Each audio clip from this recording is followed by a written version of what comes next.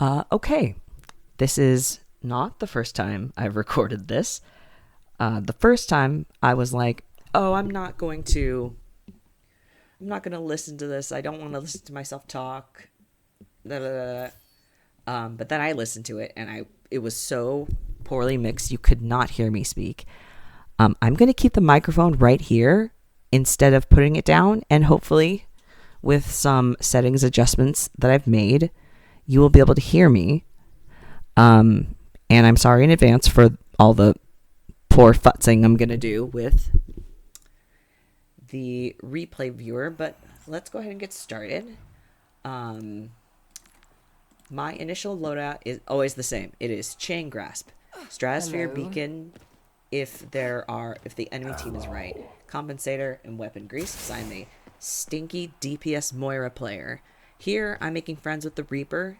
This is something that people don't appreciate about gameplay as much as they should. Team morale is huge, and Reaper was digging the vibes I was putting out. So that's important. I'm directing Reaper to my spray in the hopes that he will spray as well. The worst thing about climbing to Masters is that people don't spray and emote and spawn as much. I don't understand what it's about is the worst part about ranking up. Hello there. But again, trying to make friends with my teammates. This is to my liking. Gauging kind of the team comp, what the enemy team's gonna run. I mean, the fact that the enemy team picked Ramatra as most people are right now because he's new to Stadium, that Ramatra just further justifies my Chain Grasp lifestyle, including the Juno. There's 3 flyers on their team. So, but here I'm just trying to pressure them, push them back a little bit, make some space for my tank to be able to walk in, which he has. Again, focusing on pressuring the enemy tank. Moira doesn't do a lot of damage, but she does do consistent damage, and so that is how I'm trying to help my tank when I'm doing damage. I am just, right click, go burr, but the purpose is that I'm trying to help. That failure right there is why I wanted to record this game, because I just should have used a heal over, and I don't know why I didn't. I think maybe for some reason my brain thought I had cross orbal. I'm on my way. I can't explain that, Understood. but My ultimate ability is the situation that's going to play out is, I think, kind of 100% my fault. Like, I died so early, and the whole enemy team was able to get back together, and so my remaining teammates were in a 3v5 until Sojourn and I got back, and because they were in a 3v5, they lost and died, and now we're desperately trying to make some ground. I coalescence primarily to save the Sojourn, which I should not have done, because, I mean, this is just a nothing ult. Even if Sojourn had died there, I need to not try to help the DPS that much, because it would be much more impactful here to help do something. But instead, I'm just getting shot at by Freya. I want her to shoot at me, because if she's shooting at me, she's not shooting at my tank. But this fight just does not go well, and again, it all goes back to me dying so early after we had a successful first fight. And this is something that a lot of people don't necessarily understand about Overwatch, is the mistake you make in one fight has consequences beyond that fight. I essentially staggered our team, and so that is a huge mistake by me that I know better than to do, but I did it anyway. So there's a lot of decisions I'm going to make that reflect that. I know I made a mistake there. I'm fated forward to support the Reaper, because that was a really good ult. It forced a lot of the enemy team back away from their tank, and that allowed my tank, to win the tank 1v1. And the reason why I called there and pushed up is because it is overtime. And if you didn't know, overtime spawns are longer than normal spawns. So any kills we get right here lead to us having such a huge advantage in a fight where we need to win because we still have progress to make. Right now I'm just desperately healing my tank, trying to keep him up because he needs to be on the robot, which he understood.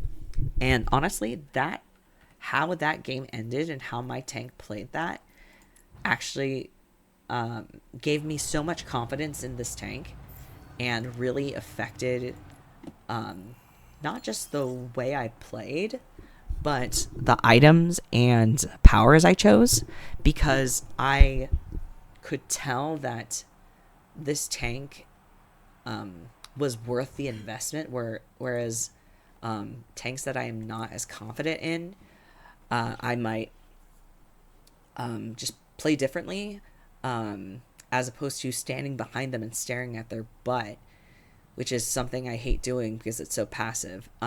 So round 2, I pick Cross Orbital. Even though I am a right-click go burr Moira, Cross Orbital is in every single game I play. It is indispensable to my playstyle. So I got Techno Leech for the weapon lifesteal to supplement Moira's existing lifesteal. But it's really the 25 health, which is huge. Then Advanced Antibiotics, because I noticed I'm healing a lot. You do not disappoint. Then Shield Buster, because Vendetta has armor. Ramattra has a lot of armor. And as you can see here, Freya got armor, and Juno has a ton of shields. So I'm getting so much extra attack speed just by right-clicking, which I was gonna do anyway. So that's the reason for that. Actually, hopefully this doesn't hurt anyone's ears, because I know it can be jarring when you go back. I'm so sorry, you guys. Just so I can give some insight into how this game actually goes. I take some damage, early damage, so I just healed over myself. I could have just gone to get health back. I think that might have been better, so that my orbs cooldowns up quickly, but, you know, it's all about what separates good Moiras from better Moiras is trying to always get more guys. So I'm pressuring enemy Moira. She fades back, which I think was a mistake. I mean, our team had kind of already won the fight, and their tank was gonna die, but honestly, I think it just would have been better to just try to go in, and, you know, if nothing else, you generate the cash from healing your tank there. And see, I'm chasing the Juno because I know I can get up to her, and watch this. Look, I go up there, I'm pressuring those two. Juno goes away. Freya has to go down because there's nowhere else for her to go, and my team gets the kill on her. And yeah, Sojourn was the one who got the, you know, showed up in the kill feed, but I am the reason why they got that kill. I am the reason why their team is pushed back up into their spawn. And look, we are already at 60% on the objective, so the more time they spend closer to spawn, the better for us. So here, just, you know, trying to keep the DPS up. The Sojourn's taking a lot of damage, but, you know, sometimes it happens, and that's why I have the ability to left click. But here, you know, I think this was fine. I think the enemies just played that well. They did a great job separating me from my tank. Ramattra had to, I mean, Ramattra didn't have to ult there, but I completely understand why they did. I probably would have done the same thing, but that's not saying much. I'm not a very good tank. But, you know, I have absolutely no problem with how our Ramattra played this. And now, look, we're going into this with 3, almost 4 ults. Almost 5. Ramattra will get his back quickly. I'm mostly doing this as an initiation because the team that goes first is often the team that wins. And, you know, you see that there's sort of the ult domino if you're an Emong enjoyer. Me using ult forces, quote-unquote, forces everyone else to use ult. My team had more ults. And just there showing my appreciation to the Juno and trying to make friends. It's good to make friends with your fellow support if they're cool. Just, you know, you know, when you're a support, sometimes it's literally true, sometimes it feels true that your teammates don't know you exist until they die and they blame you because surely you can out heal 5 people shooting at them. So you know, it's just good to have that support solidarity, whether it's, you know, with your own teammate or the other team, because you're both in it together. So looking at the items, I am standing still. I'm not picking anything.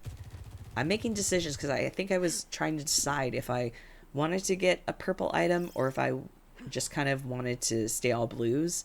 I typically go for trying to get as many stats as I can, even if I can't afford a purple. I'm generally going to prefer being able to get multiple blues. So Techno Leech again, advanced antibiotics. I'm still healing a lot. Shield Buster, so good against armor and shields, and everyone's got it on the enemy team. Vitality. Wrist wraps for the health and for the attack speed and ability power, and custom sock again for the health. Whereas something like what's the maybe someone on this team can say. It's a green that gives you 5% extra move speed and 10 attack speed. That doesn't give you health though. So although that's a great item, I play very aggressively and I use my health as utility. So I prefer stuff that's gonna give me health. And here I faded away from the Vendetta because the sound of her overhead is so loud and distressing. But my team does an incredibly good job pushing forward, getting the kills. Great job to the Sojourn, hitting those shots. Something I've never done before in my life. I wish that could be me. You know, a little crouch spam to express my friendship and my pride, because my teammate did really good. You see me and just messing around the Hyper Ring. It's a great ability. I love it when the Juno puts it down. Trying to keep my Sojourn alive, but I'm looking at my Ramacha. I do not let myself get distracted by low HP squishies when I see my tank in danger. Because as a flanker myself, I often want to separate people from their tank. So that's something I'm very sensitive to. Unfortunately, I get absolutely rolled. Team gets rolled here. Not the end of the world. Because we're still doing good. I mean, we got ults faster than the enemy team. And because our Sojourn very smartly falls back, we now have great map control and are at a great positional advantage going back into this mid fight. It is so much more unlike the mid game, this is something I'm still trying to learn about Stadium, is unlike in the main game where it is better to just try to go contest, go touch. Stadium, it's much more preferable to fall back, regroup, get that map control. Here, just try to desperately keep my tank alive because I have confidence they can win them around 1v1 if they stay alive. Fading away the Juno missiles because they hurt so bad. Now the Vendetta's coming after me, but I'm confident I can tank it because I have a heal orb and I have the right click. But my teammates coming in clutch, helping a homie out. They come and help me, and the Reaper and Sojourn come save me, and Juno heals me. Ramacha ults, which, you know, he has to. That's the only kind of way he and his team wins. I'm focused on the Freya because she's squishy. She does so much damage, but I stop to get a little healing out on my Reaper. Now I'm focusing on the Juno, partially for the Shield Buster because it's proccing off for 1 second after I damage her shields. Reaper very smartly goes on high ground with me. I think the fact I was also attacking the high ground helped him because some of them were, you know, their attention was divided. So, oh my god, I swear I've gone through puberty, you guys. So the team just cleans up. Reaper and I and Sojourn and everybody, we just keep staying alive as long as we need to. And getting just enough kills that we need, because now all 5 of us are back. 4 of the enemies are back. And we are, again, we have more of the map. We're up further. And now I'm just here trying to clear the Freya out because I don't want her to be there shooting for free. Now looking at the Juno because she's a squishy and she's easy to kill. Vendetta's on me, but I'm not that scared. not that scared of the Coalescence, although I do, because 27 HP in a dream, but I'm looking at my tank. I'm noticing I'm very close to Cole, and my focus here is keeping the Ramatra alive and getting his health up so he feels comfortable going punchy, or, you know, when he has to swap back, he feels enabled to play aggressively. That is a huge thing that I think a lot of supports may not totally appreciate the value of. Yeah, you know, you always hear those people, you know, damage, do damage. And that's not really what it's about, in my opinion. I am of the opinion that it's about getting value, and that there is always more to the game than, you know, the particular thing you are doing right in that moment. Like, typically, my preference is to be fragging in the backline, but there, you saw me, I was staring at my tank's butt, trying to get his health up, because in that moment, I needed my tank to be confident, and to be ready to be the raid boss that a tank can be, appropriately, because they are a tank. And just this, again, I may not have played the same way if I had not so early on gotten such a only 20 seconds burst of left confidence in my tank, which you see me take precarious potency, not something I normally do, because I want to go do damage. So again, Amari's antidote, reinforced titanium, because everybody got ability damage. Don't love that. Techno Leech, again, health, weapon, lifesteal. The Shield Buster and the Advanced Nanobiotics, still huge. And Vitality, always gonna get that. So my stats are kind of low, but see my health, 400 HP Moira with Chaingrass and Cross Orbital.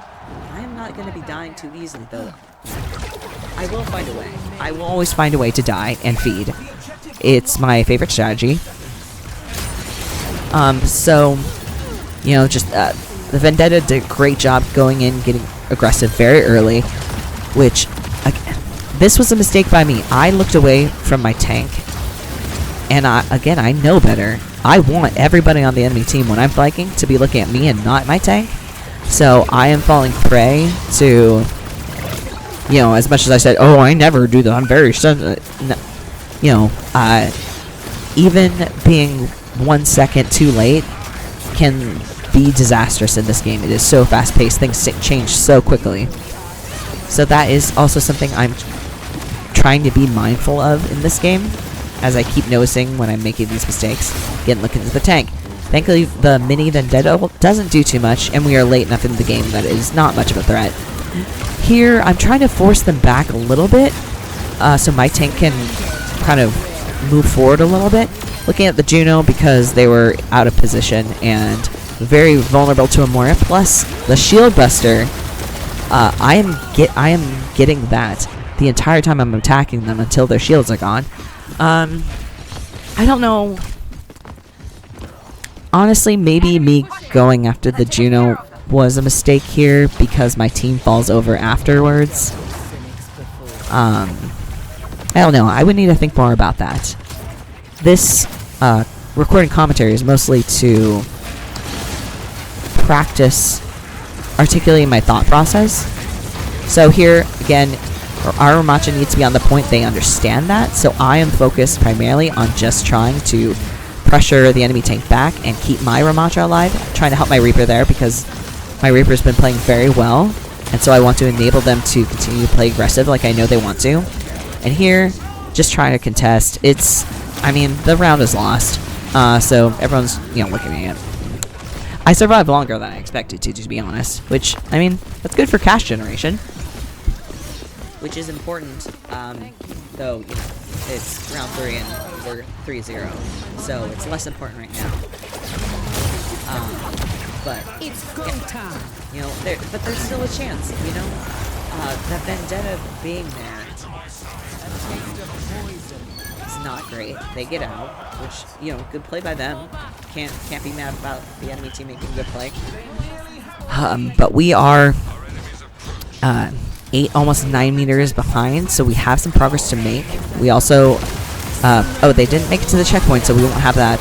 But yeah, the Coalescence was fine because I had it in its last fight or in overtime. I have to use it, but So the idea was good, the execution was quite poor, which is a problem that I've been noticing more and more that I have.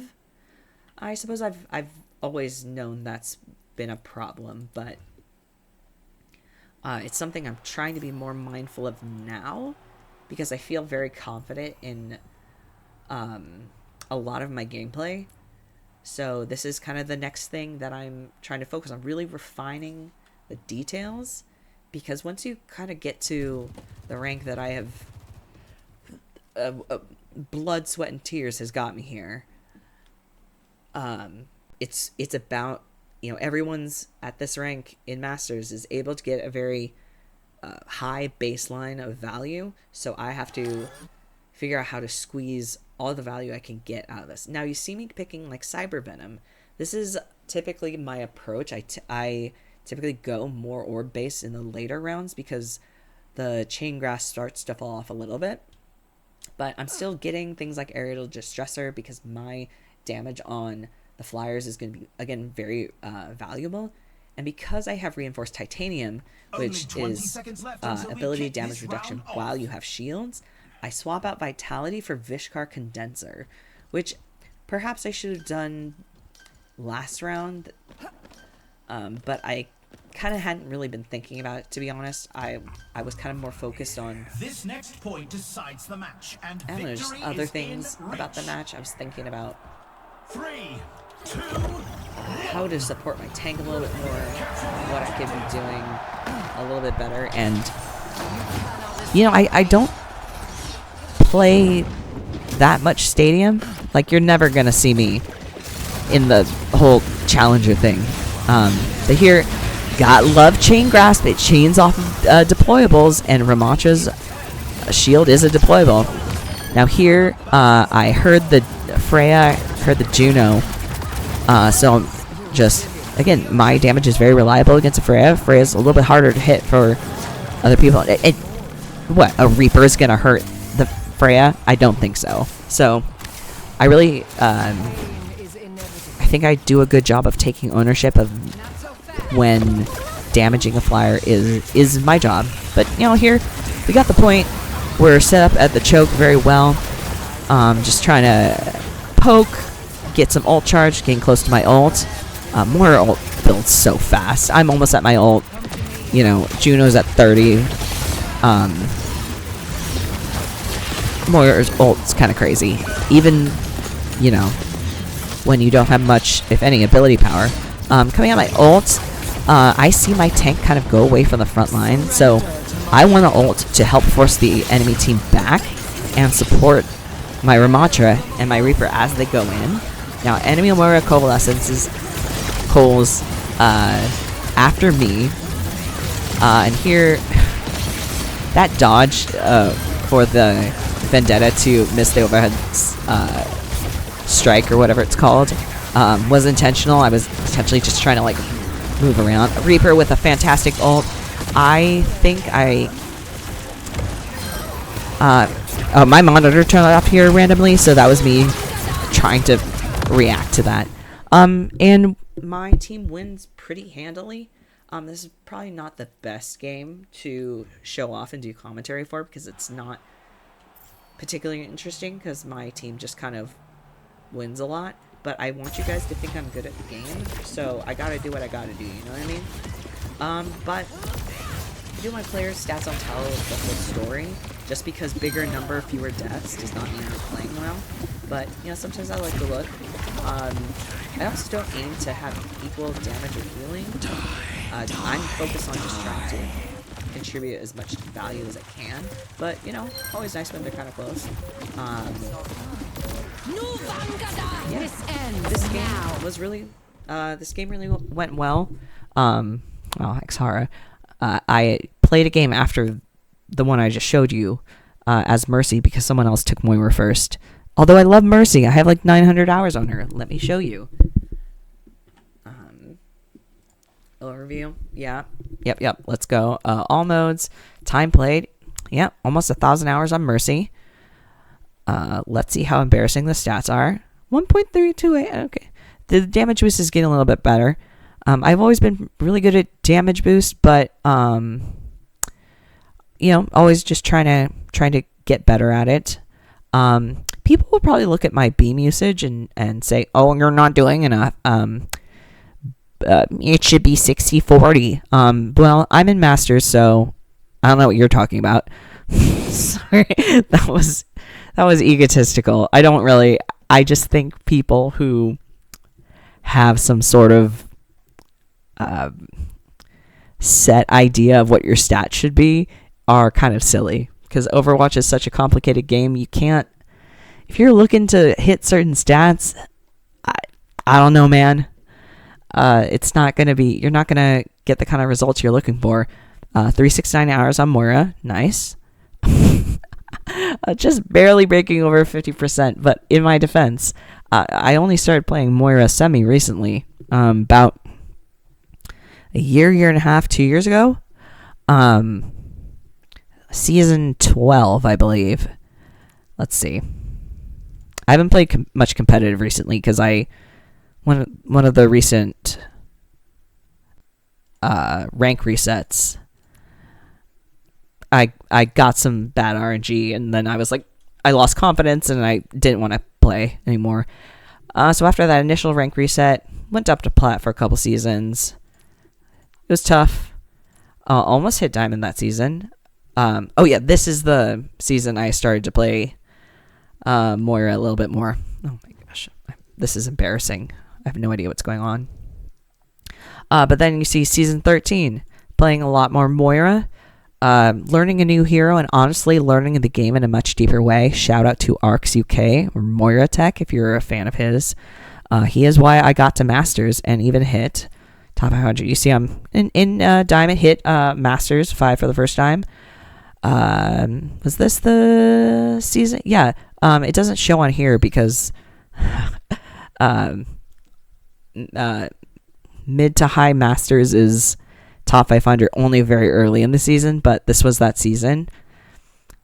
Pretty good win rate, 8 deaths per 10. Now that feels right. That's my gameplay right there. And you see, haven't really played that much because I got a new job a little over a year ago and have not had as much time or energy. But having a good time. I don't know why I went into all of this afterwards. It was supposed to just be the game, but you know what? Here we are. GG, thanks for watching this. If you watched it, I don't know why you would, but thank you. I am so sorry if the audio is unlistenable. It probably is. I tried my best, though. Well, GG.